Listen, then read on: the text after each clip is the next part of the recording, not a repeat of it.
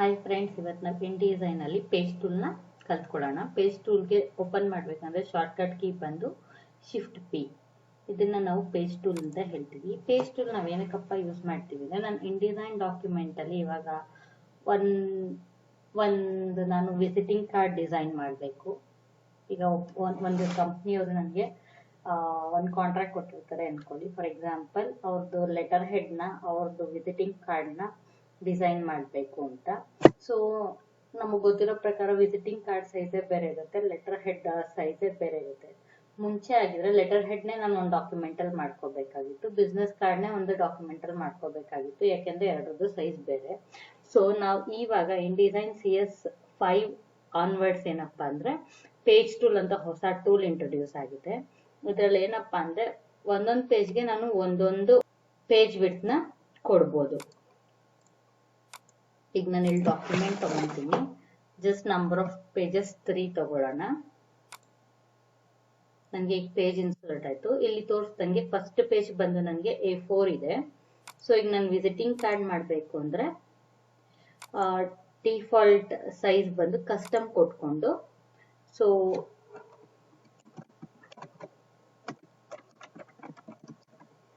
Visiting card ಅಂತ ಕೊಡ್ತೀನಿ. Visiting card width ಬಂದು 3.5 ಇಂಚಸ್ ಇರುತ್ತೆ, ಹೈಟ್ ಬಂದು 2.4 ಇಂಚಸ್ ಇರುತ್ತೆ. ಓಕೆ ಅಂತ ಕೊಟ್ರೆ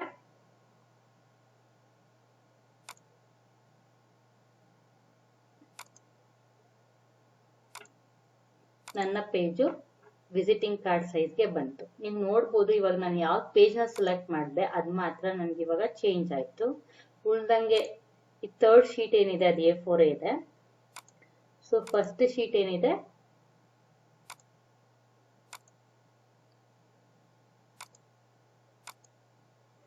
ಅದು ನನಗೆ A4 ಇದೆ.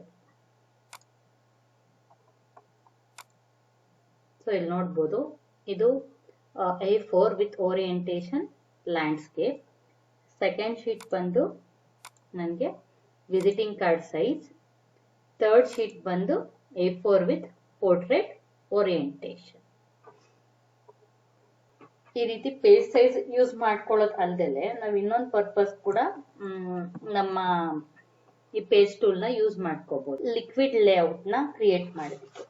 ಸೊ ಲಿಕ್ವಿಡ್ ಪೇಜ್ ರೂಲ್ಸ್ ಅಂದ್ರೆ ಏನಪ್ಪಾ ಅಂದ್ರೆ, ಇವಾಗ ನನಗೊಂದು ಪೇಜ್ ಇದೆ, ನಾನು ಈ ಪೇಜಲ್ಲಿ ಈ ರೀತಿ ಕಂಟೆಂಟ್ ನ ಟೈಪ್ ಮಾಡಿದ್ದೀನಿ ಅಂದ್ರೆ, ಇವಾಗ ನಾನು ಇದನ್ನ ಮೊಬೈಲ್ ಡಿವೈಸಸ್ ಅಲ್ಲಿ ಓದ್ತೀನಿ ಅಂದ್ರೆ, ಈಗ ಒಂದೊಂದು ಮೊಬೈಲ್ ಅಲ್ಲಿ ಇವಾಗ 5 ಇಂಚಸ್ ಸ್ಕ್ರೀನ್ ಅನ್ಕೊಳ್ಳಿ, ಅದೇ ಇವಾಗ ಟ್ಯಾಬ್ ಅಲ್ಲಿ ಆದ್ರೆ ಸ್ಕ್ರೀನ್ ಸೈಜ್ ಚೇಂಜ್ ಆಗತ್ತೆ. ಅಂದ್ರೆ ಏನಾಗ್ಬೇಕು, ನನ್ನ ಕಂಟೆಂಟ್ ಡಿವೈಸ್ ಯಾವ್ದಿದೆ ಅದರ ಪ್ರಕಾರ ಅಡ್ಜಸ್ಟ್ ಆಗ್ಬೇಕು. ಸೊ ನನ್ನ ಕಂಟೆಂಟ್ ಡಿವೈಸ್ ಪ್ರಕಾರ ಚೇಂಜ್ ಆಗ್ಬೇಕಲ್ಲ, ಸೊ ಅದನ್ನ ನಾವೇನಂತ ಹೇಳ್ತೀವಪ್ಪ ಅಂದ್ರೆ ಲಿಕ್ವಿಡ್ ಪೇಜ್ ರೂಲ್ಸ್ ಅಂತ ಹೇಳ್ತೀವಿ. ಸೊ ನಾವು ಪೇಜ್ ಲೇಔಟ್ ನ ಮಾಡಿಫೈ ಮಾಡಿದಾಗ ಲಿಕ್ವಿಡ್ ಪೇಜ್ ರೂಲ್ಸ್ ಕೂಡ ಅಪ್ಲೈ ಮಾಡ್ಬೋದು. ನಮಗ್ ಬೇಸಿಕ್ ಆಗಿ ಲಿಕ್ವಿಡ್ ಪೇಜ್ ರೂಲ್ಸ್ 5 ತರ ಇದೆ: scale, recentre, object oriented, guide based, control by master ಅಂತ. ಈಗ ನನ್ನ ಪೇಜ್ ಸೈಜ್ ಸ್ಟ್ಯಾಂಡರ್ಡ್ ಆಗಿ ನಾನು ಇಲ್ಲಾದ್ರೂ ಚೇಂಜ್ ಮಾಡ್ಬೋದು, ಕಸ್ಟಮ್ ಇತ್ತಂದ್ರೆ. ಇಲ್ಲ ಜಸ್ಟ್ ಇಲ್ಲಿ ಡ್ರ್ಯಾಗ್ ಮಾಡಿದ್ರೆ ಪೇಜ್ ಸಣ್ಣ ಆಗುತ್ತೆ, ಬಟ್ ಆಲ್ಟ್ ಇಟ್ಕೊಂಡು ನನ್ನ ಪೇಜ್ ನ ಡ್ರ್ಯಾಗ್ ಮಾಡಿದ್ರೆ ನಾನು ಯಾವ ಸೈಜ್ ಕೊಡ್ತೀನಿ ಆ ಸೈಜ್ಗೆ ನನ್ನ ಪೇಜ್ ಬರುತ್ತೆ. ಸೊ ನೀವು ಇಲ್ಲಿ ನೋಡ್ಬೋದು, ಕಸ್ಟಮ್ ಅಂತ ತಗೊಂಡು 7.9 ಮತ್ತೆ ಹೈಟ್ 9.3 ಇದೆ. ಸೊ ಇಲ್ಲಿ ನನಗೆ ಅಕ್ಯುರೇಟ್ ಆಗಿ ಗೊತ್ತಾಗಲ್ಲ. ಬೆಟರ್ ನಾನು ಏನಪ್ಪಾ ಮಾಡ್ಬೋದು ಅಂದ್ರೆ, ನನಗೆ ಏನ್ ಸೈಜ್ ಬೇಕು ಅದನ್ನ ಇಲ್ಲಿ ಡೈರೆಕ್ಟ್ ಆಗಿ ಟೈಪ್ ಮಾಡ್ಬೋದು. ಇಲ್ಲ ನೀವು ಮ್ಯಾನ್ಯುಯಲ್ ಆಗೇ ಮಾಡ್ಬೇಕಂದ್ರೆ ಆಲ್ಟ್ ಕೀ ಇಟ್ಕೊಂಡು ಮಾಡ್ತೀರಾ. ಲಾಸ್ಟ್ ಮಾಡಿದ್ ಅಂಡು ಮಾಡ್ತಾ ಇದ್ದೀನಿ. ನಾವು ಲಿಕ್ವಿಡ್ ಪೇಜ್ ರೂಲ್ ಪ್ರಕಾರ ನೋಡೋಣ. ಸೊ ಇಲ್ಲಿ ಫಸ್ಟ್ ಆಪ್ಷನ್ ಬಂದು ಸ್ಕೇಲ್ ಅಂದ್ರೆ ಏನಾಗತ್ತಪ್ಪ ಅಂದ್ರೆ, ಇವಾಗ ನನಗೆ ಏನೋ ಒಂದು ಪೇಜ್ ಇದೆ, ಇದ್ರಲ್ಲಿ ಏನೋ ನಾನು ಕಂಟೆಂಟ್ ಟೈಪ್ ಮಾಡಿದ್ದೀನಿ. ಸೊ ಈಗ ನಾನು ಈ ಪೇಜ್ ನ A3 ಚೇಂಜ್ ಮಾಡ್ತಿದ್ದೀನಿ ಅಂದ್ರೆ ಏನಾಗುತ್ತೆ, ನನ್ನ ಕಂಟೆಂಟ್ ಏನಿದೆ ಅದೇ ಇರುತ್ತೆ, ಅಲೈನ್ಮೆಂಟ್ ಹೇಗಿದೆ ಹಾಗೆ ಇರುತ್ತೆ, ಬಟ್ ಏನಾಗತ್ತಪ್ಪ ಅಂದ್ರೆ ಫಾಂಟ್ ಸೈಜು ವೇರಿ ಆಗುತ್ತೆ ನನಗೆ. ಸ್ಕೇಲ್ ಅಂದ್ರೆ ನಾನು ಏನ್ ಪೇಜ್ ಸೈಜ್ ಕೊಡ್ತೀನಿ ಅಷ್ಟಕ್ಕೆ, ನನ್ನ ಪೇಜ್ ಸೈಜ್ ದೊಡ್ಡದಾಯ್ತು ಅಂದ್ರೆ ಫಾಂಟ್ಸ್ ಎಲ್ಲ ದೊಡ್ಡದಾಗಿ ಅಲೈನ್ ಆಗುತ್ತೆ. ಸೊ ನನ್ನ ಪೇಜ್ ಸೈಜ್ ಚಿಕ್ಕದಾಗಿತ್ತು ಅಂದ್ರೆ ಕಂಟೆಂಟ್ ಎಲ್ಲ ಏನಿದೆ ಲೇಔಟ್ ಎಲ್ಲ ಅದೇ ರೀತಿ ಇರುತ್ತೆ, ಬಟ್ ಫಾಂಟ್ ಸೈಜ್ ಮಾತ್ರ ನನಗೆ ಚಿಕ್ಕದಾಗುತ್ತೆ. ಈ ಲಿಕ್ವಿಡ್ ಲೇಔಟ್ ನ ನಾವೇನಂತ ಹೇಳ್ತೀವಿ ಅಂದ್ರೆ ಸ್ಕೇಲ್ ಅಂತ ಹೇಳ್ತೀವಿ. ಸೊ ಇದ್ ಬಿಟ್ ನೆಕ್ಸ್ಟ್ ಲಿಕ್ವಿಡ್ ಲೇಔಟ್ ಬಂದು ರೀಸೆಂಟರ್. ರೀಸೆಂಟರ್ ಅಂದ್ರೆ ಏನಪ್ಪಾ ಅಂದ್ರೆ ಇವಾಗ ನನ್ನ ಪೇಪರ್ ಸೈಜ್ ನಾನು ಚೇಂಜ್ ಮಾಡಿದ್ರೆ ಕಂಟೆಂಟ್ ಎಲ್ಲ ಒಂದ್ ಸೆಕೆಂಡ್ ಅಂಡು ಮಾಡ್ತೀನಿ. ರೀಸೆಂಟರ್ ಅಲ್ಲಿ ಏನಪ್ಪಾ ಅಂದ್ರೆ ಇವಾಗ ನನ್ನ ಪೇಜ್ ಸೈಜ್ ನಾನು ಚೇಂಜ್ ಮಾಡಿದ್ರೆ ಕಂಟೆಂಟ್ ಏನಿದೆ ಅದೆಲ್ಲ ಆ ಪೇಜ್ಗೆ ಸೆಂಟ್ರಲ್ಲಿ ಕುತ್ಕೊಳ್ಳುತ್ತೆ. ಇವಾಗ ಮುಂಚೆ A4 ಇತ್ತು, ನಾನು ಇವಾಗ A3 ಕೊಟ್ಟಿದ್ದೀನಿ. A3 ಅಂದ್ರೆ ದೊಡ್ಡ ಸೈಜ್ ಆಫ್ ಪೇಪರ್. ಆ ಪೇಪರ್ಗೆ ನನ್ನ ಕಂಟೆಂಟ್ ಏನಾಗಿದೆ ಸೆಂಟ್ರಲ್ಲಿ ಅಲೈನ್ ಆಗಿದೆ. ಸೊ ಈಗ ನಾನು ಇದೀಗ ಚಿಕ್ಕ ಸೈಜ್ ತಗೊಂಡ್ರೆ ಏನಾಗುತ್ತೆ, ಸೊ ಸೇಮ್ ಪೇಜ್ ಚಿಕ್ಕದಾಗೆ ಇರುತ್ತೆ. ಆ ಚಿಕ್ಕ ಪೇಜ್ಗೆನೆ ನನ್ನ ಕಂಟೆಂಟ್ ಏನಿದೆ ಸೆಂಟ್ರಲ್ಲಿ ಕುತ್ಕೊಳ್ಳುತ್ತೆ. ಈ ಆಪ್ಷನ್ ನಾವು ಚಿಕ್ಕದ್ರಿಂದ ದೊಡ್ಡದ್ ಮಾಡ್ಬೇಕು ಅಂದ್ರೆ ಓಕೆ, ಬಟ್ ದೊಡ್ಡದ್ರಿಂದ ಚಿಕ್ಕದ್ ಮಾಡ್ಬೇಕಾದ್ರೆ ಏನಾಗುತ್ತೆ ಅಂದ್ರೆ ಕಂಟೆಂಟ್ ಲಾಸ್ ಆಗುತ್ತೆ. ಸೊ ನನಗೆ ಯಾವ್ದಾದ್ರು ಒಂದು ಡಿವೈಸ್ ಅಲ್ಲಿ ರೀಡ್ ಮಾಡ್ಬೇಕಂದ್ರೆ ಸೊ ಈ ಪೇಜ್ ಒಳಗಡೆ, ಪೇಜ್ ಅಂದ್ರೆ ಲೈಕ್ ಬ್ಲಾಕ್ ಬಾರ್ಡರ್ ಒಳಗಡೆ ಏನ್ ಕಂಟೆಂಟ್ ಇದೆ ಅದು ಮಾತ್ರ ಬರುತ್ತೆ, ಔಟ್ ಸೈಡ್ ಬರೋದಿಲ್ಲ. ಯಾಕೆ ಅದನ್ನ ನಾವು ಪೇಸ್ಟ್ ಬೋರ್ಡ್ ಅಂತ ಹೇಳ್ತೀವಿ. ಎಕ್ಸ್ಟ್ರಾ ಅಡಿಷನಲ್ ವರ್ಕ್ ನ ಮಾಡೋದಿಕ್ ಮಾತ್ರ ಆ ಏರಿಯಾ ಯೂಸ್ ಮಾಡ್ತೀವಿ. ನೆಕ್ಸ್ಟ್ ಆಪ್ಷನ್ ಬಂದು ಆಬ್ಜೆಕ್ಟ್ ಬೇಸ್. ಆಬ್ಜೆಕ್ಟ್ ಬೇಸ್ ಅಲ್ಲಿ ಏನಪ್ಪಾ ಅಂದ್ರೆ ಇವಾಗ ನಾನು ಒಂದು ಇಮೇಜ್ ನ ಸೆಲೆಕ್ಟ್ ಮಾಡ್ಕೋತೀನಲ್ಲ, ಇಲ್ಲಿ 2 ಡಾಟ್ ಬರುತ್ತೆ ನನ್ಗೆ ಇಮೇಜ್ ಅಲ್ಲಿ. ಲೈಕ್ ಫಸ್ಟ್ ಒನ್ ಮಾಮೂಲಿದು, ಸೆಕೆಂಡ್ ಒನ್ ಲಾಕ್ ಮತ್ತೆ ಅನ್ಲಾಕ್ ಅಂತ.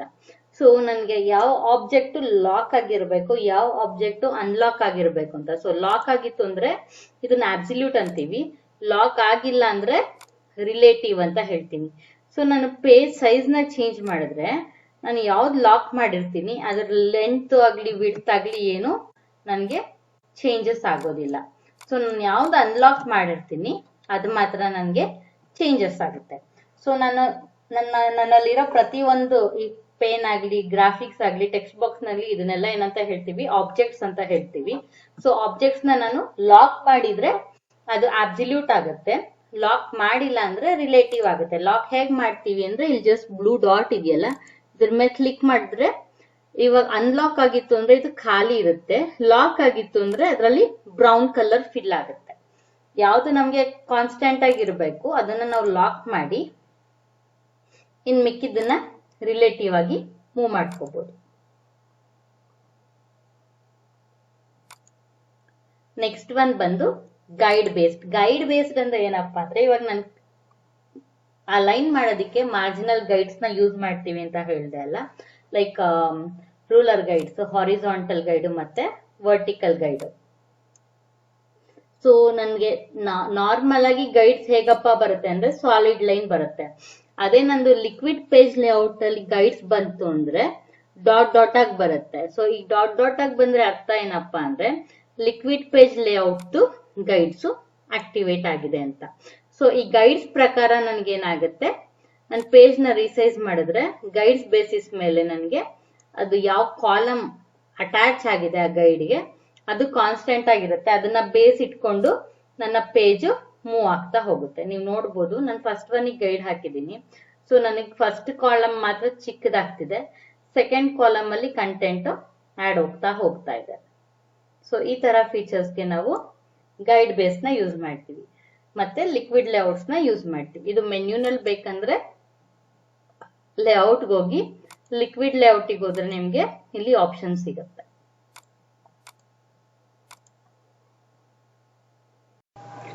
Page tool shortcut key Shift P.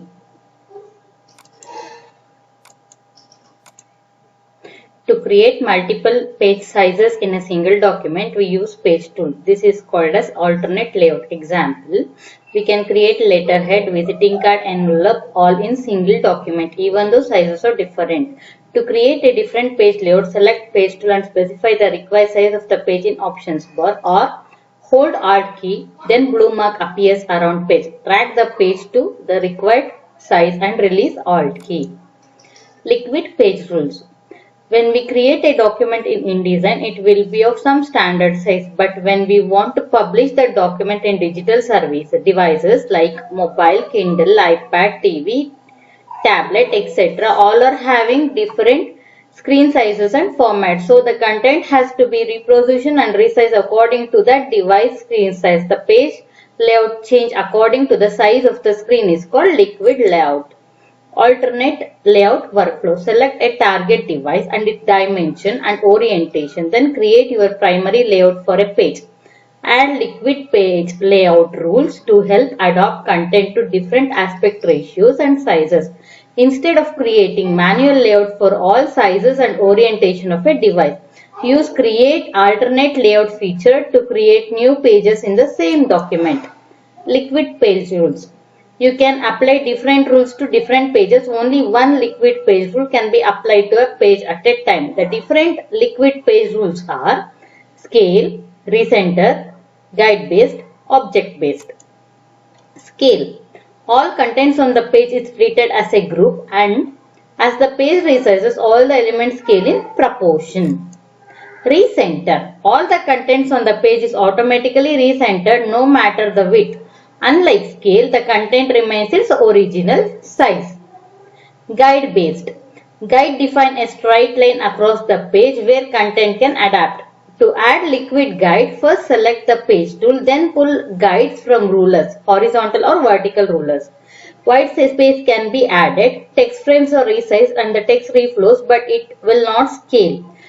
Placed images frames are resized and the cropping boundary dimension of the containing frame resizes. Object based.